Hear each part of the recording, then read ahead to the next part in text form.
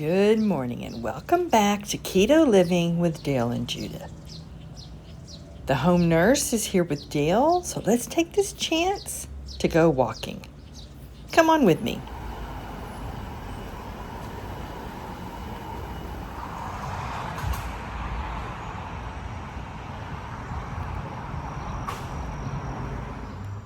Dale and we love looking at this wild garden.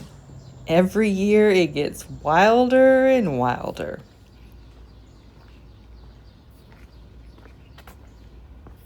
I enjoy the birds that come over to that house.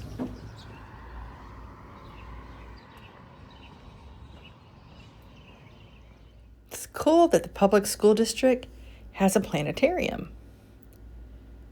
Look at the sign, make sure I spell it right. Different schools come here for field trips. I think it's really neat. And over there behind the planetarium is an arboretum. We'll walk in there some other time. Dale loves that place.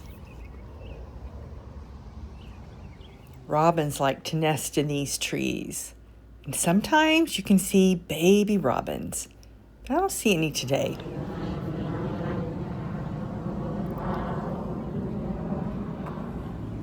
I love peering into their garden. Let's see what's growing.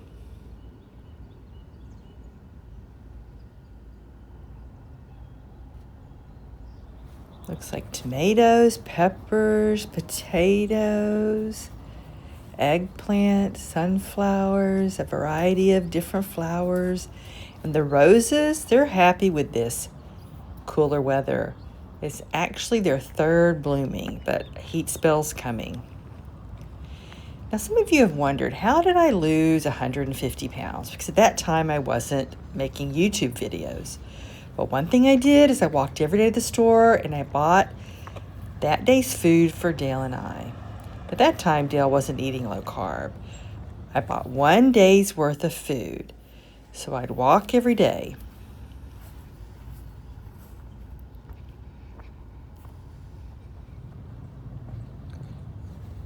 Back then, my arthritis wasn't good, and I was using a rolling walker that had a seat. I'd put a little cooler on the seat, and I'd walk to the closest store 1 mile, and I'd come home and be in so much pain.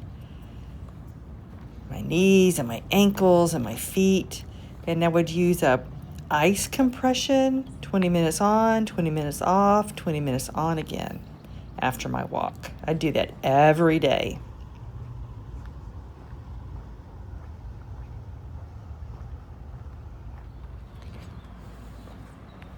I knew I had to use my body the way it was designed. And we're designed to walk. So I didn't have any food in the house. So that was my motivation. If I wanted to eat, I had to go to the store. And in a year, I lost 100 pounds. And then Dale decided to join me. He wanted the same results.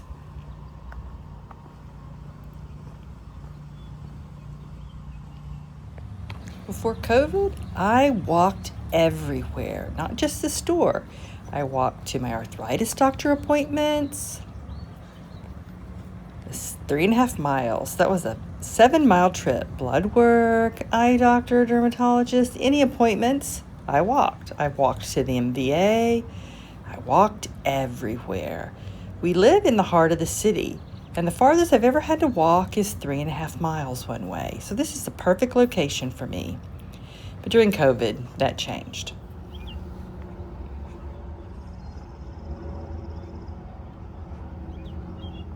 Along here are a variety of nut trees, walnuts, pecans, and chestnuts.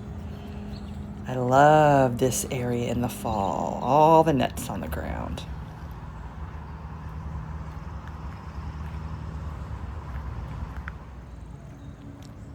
In 2020, I would bike inside in the basement. I just had a cheap exercise bike from Goodwill. So if you need to buy exercise equipment cheap, Goodwill's perfect. I didn't care that the electronics didn't work anymore. And I used that for a year. We just had a storm and a bunch of immature pecans fell. They're too green, though, to be ripe.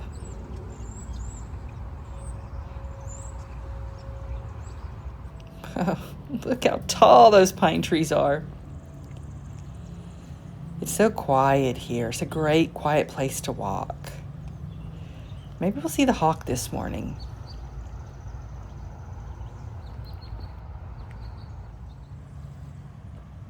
In February of 2021, actually the very end of January 2021, our son, our fourth child,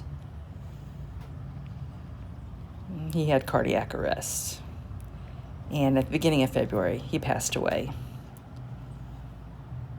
And he's buried here. And that's when we realized this is a good place to walk during COVID.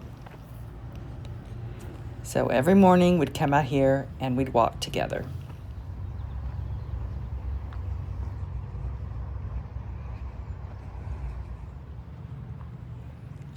Dale's liver transplant is not our first transplant experience.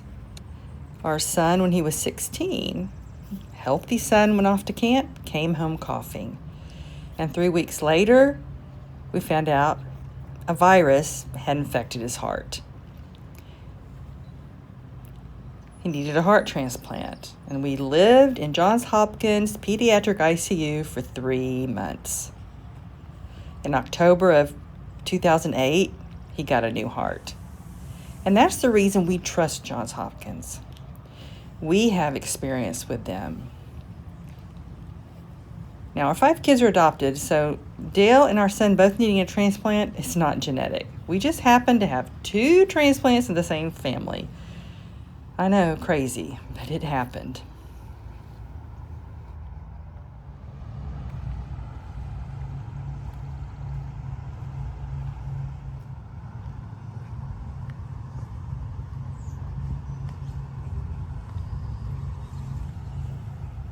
We were blessed to have 12 more years with our son. He passed away when he was 29 years old. The reason is he missed his medication too many times. You know, kids grow up and you have to let them become independent. Taking your transplant medication is critical after a transplant, and he knew that. We had trained him well, but young adult men, they feel invincible.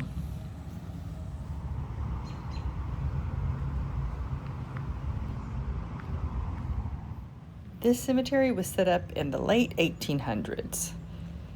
Back then, this was the edge of the city. This was called a garden cemetery. Families would come, they would picnic, they would stay all day, they would plant flowers, there would be concerts. Back then, there was no city park. This was the city park. It was meant for people to enjoy. If you notice, now this is a newer area, but in the old area, the rolling hills is really beautiful. I really enjoy it.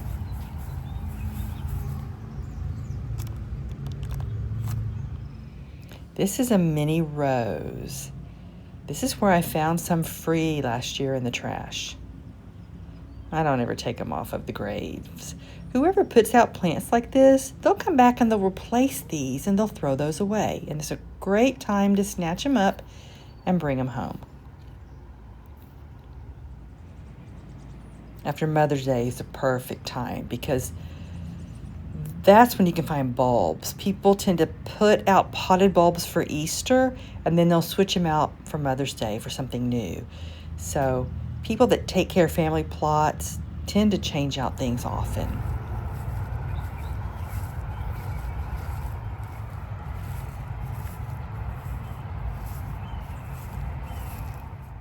That's really beautiful. And there's a rabbit way over there.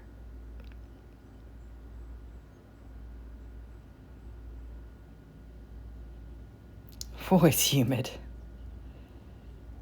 We've just gone through some really cold weather, and now this is the beginning of a heat wave. And everything's really wet. Everything's turning green and black. It's just been raining and raining and raining. Still very wet. It's been a very wet spring, which is good because the last 2 summers we had a drought.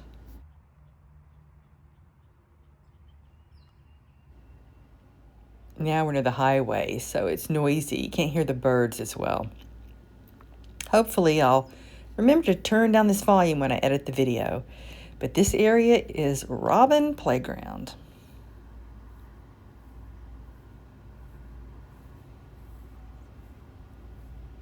And those are beautiful cone flowers. Walking in the morning, that helps with appetite control. It also helps with mental health. It releases good chemicals throughout your body and brain. That's the reason I try to walk in the mornings. Now I was able to walk because of the home nurse coming. I try to match it with the home nurse, OT, or PT because I don't like leaving Dale home alone more than 30 minutes. But today I can get in a nice hour-long walk. Exercising for me in the morning is best.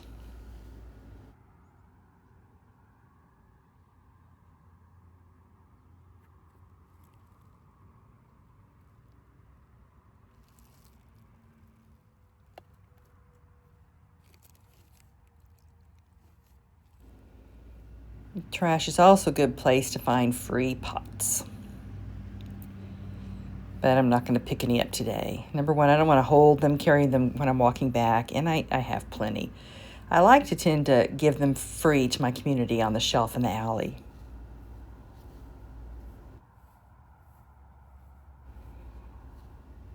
Here's my son's garden.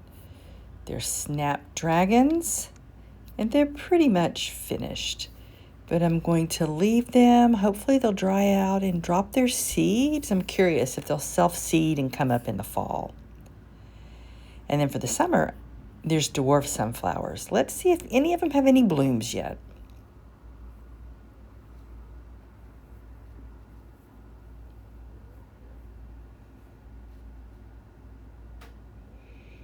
Soon.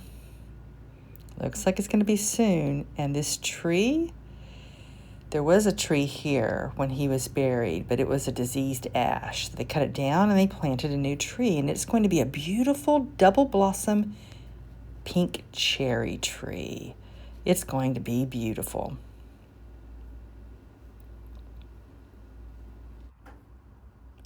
Soon our son's grandparents are going to join him. They're going to be buried around here. Dale's mother passed away in her sleep the week before his surgery. She was active until the end. We did learn it was a heart attack. She never knew it hit her. It happened while she was sleeping. His father passed away about 14 years ago. So they're both going to be here, and we'll have a bench set up for them too. We actually have 3 plots, and I want to buy the 3 behind, making a large area that any family members that want to be buried here, there'll be a place for them.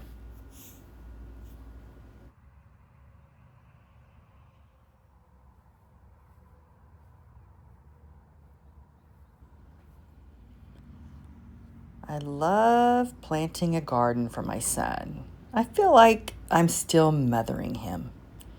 It gives me something to do.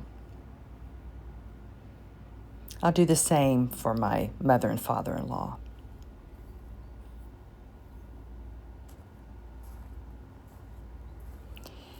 It has been a good year for lilies.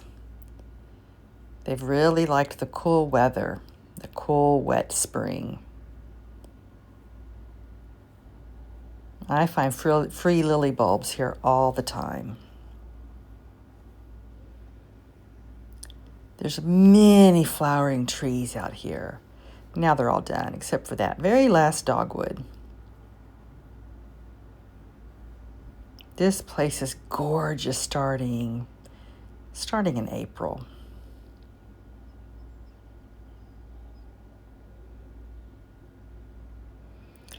I feel like I'm back home in Texas. We were both born in Texas. I was born in Houston and Dale was born in Dallas.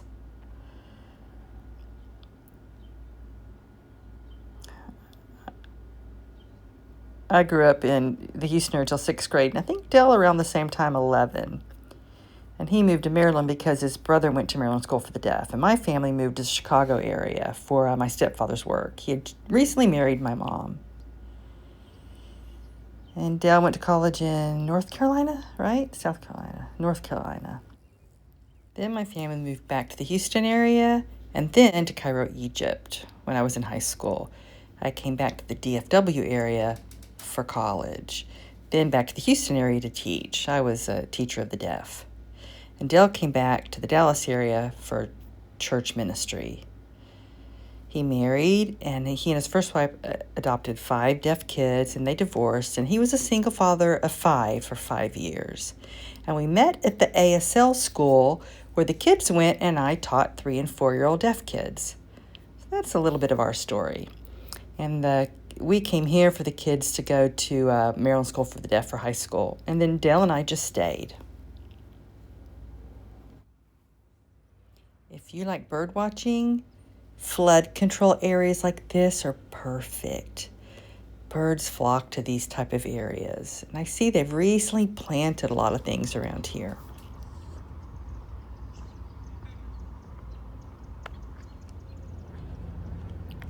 See that peach tree?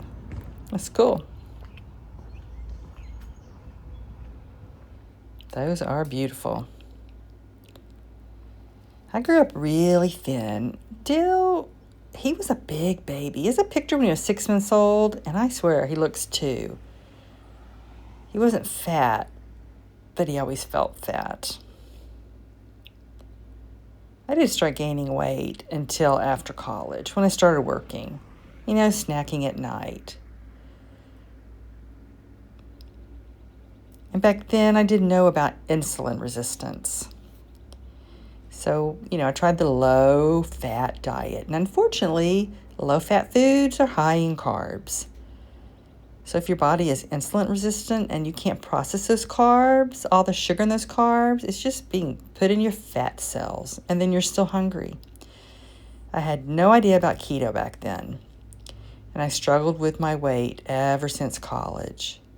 I think about starting my 2nd year of teaching. It's kind of a boring walk right here. Nothing cool, no old historic houses. But my first year of weight loss, this is the area I walked in because the store is down there, the closest store. It's that way. And I used my walker. And later, it wasn't far enough. So then I went to a different store, and that's when I started cutting through the park and things got more interesting. And after a year, I didn't need the walker anymore.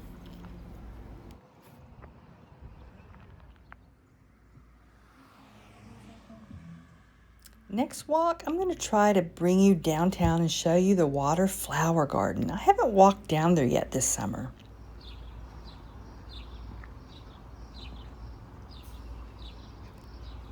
And this tree, it smells like home. It smells like East Texas.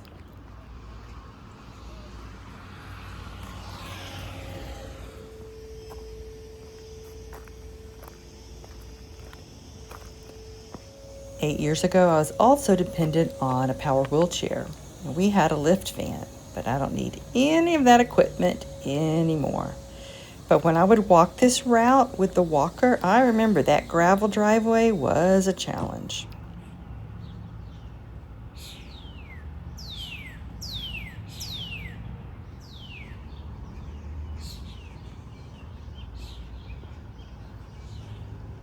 Could you see that beautiful red cardinal?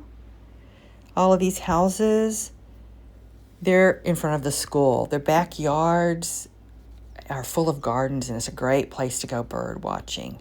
And that yard right there, the empty one, it always screams to me, I need a garden, plant me.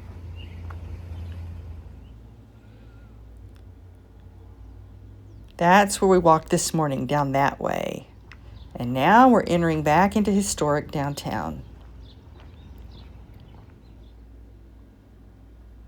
I love living in downtown. I never want to go back to the suburbs. But I'm also a farm girl too. I'm a farm girl at heart. This used to be the crossroads of America back in colonial times. This was a financial hub. It's a small city, but back then it was critical. It was an important place.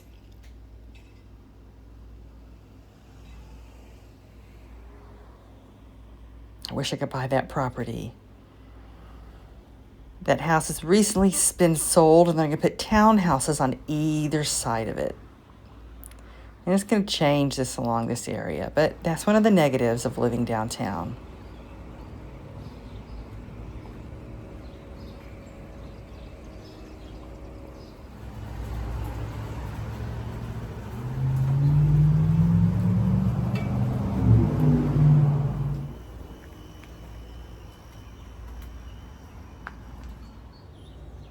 Perfect timing. The nurse just left. I saw her walking away. Thank you for visiting Keto Living with Dale and Judith. See you later. Find time to do something active today. Bye-bye.